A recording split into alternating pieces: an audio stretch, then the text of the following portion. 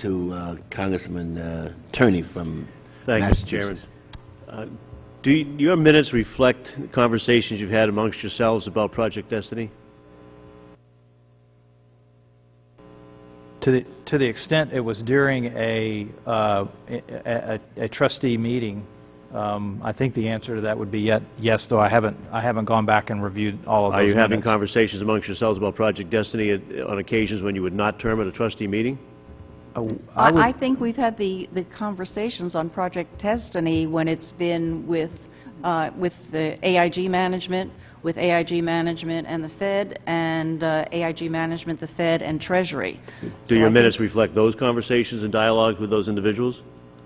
Well, they wouldn't be the minutes of the trustees. They would have been the group conversation. Right, but there's no record, in other words, of the trustees of dialogue that they've had with third parties on the issue of Project Destiny. Project Destiny.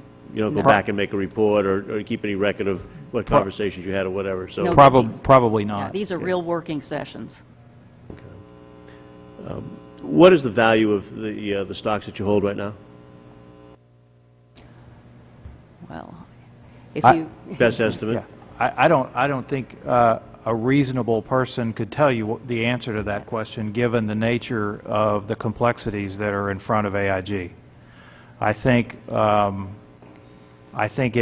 is our business judgment that the plan that's been put forth offers up a very credible, very rational way for the U.S. taxpayer to get its money back. You wouldn't just take the number back. of shares you have and multiply it by the dollar per share cost. well, I mean, that's what I was going to say. If you want to say 80% of what the share price between 5 and 6 billion, so it's 4.8 billion.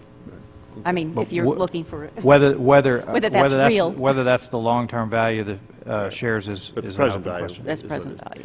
Now, there's conversation that this Project Destiny really looks like a way of selling off bad assets, of restructuring and selling profitable units, in an attempt to wind down the company. There are some people that believe that's what's going on here. And is that in your impression? And if it is, are we just looking at bankruptcy by another name? Well, I would say that it's looking to sell off good assets. And there are some very, very valuable assets within the AIG umbrella, the insurance assets. And I believe, as Mr. Liddy talked about, Alico, AIU, and AIA are three of sort of the gems that are being looked at. Part of the plan is to, continue the wind down of the financial products division. So I think what you'd be left with would be a much smaller AIG, reconstituted, which would probably be in some respects almost an investment company that would be holding the shares in these other companies until they were finally disposed of, whether a total sale, an IPO, or if only portions of it were sold.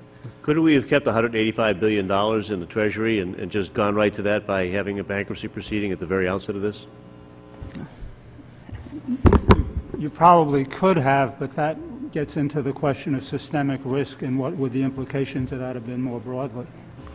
I was just on another panel last night, and when you think back of what was going on that weekend of September 13th this fall, where you had Merrill Lynch and you had Lehman Brothers, and then within 24 hours you had an issue with AIG, I think the impact would have been beyond what we could even imagine, even after what we've all seen.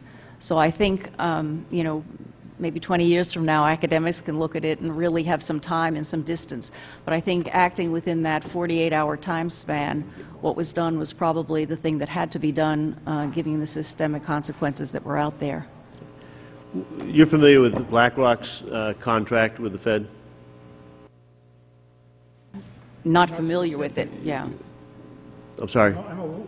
We're aware of it. Does that impact your role at all? I mean, they've actually been sort of charged with the oversight and monitoring of what's going on within the company for a bit. Does that do they impact, or you get in touch with them at all and share notes? Or we have not had conversations either with BlackRock or, I believe, Blackstone, who is also an advisor either to the company or to the Fed. I think our view is that so far as we know, those are good things. not bad things, because as everyone knows, the financial products group in particular has been under a tremendous amount of stress, still represents a tremendous amount of exposure to the company, and having another set of eyes in there to assist, we would view on its face as a good thing from the perspective of protecting the taxpayers' interests. Well, gentlemen, yield at this time. We have a vote on, and I'd like to move to Congresswoman Marcy Kaptur, and then we will be able to conclude.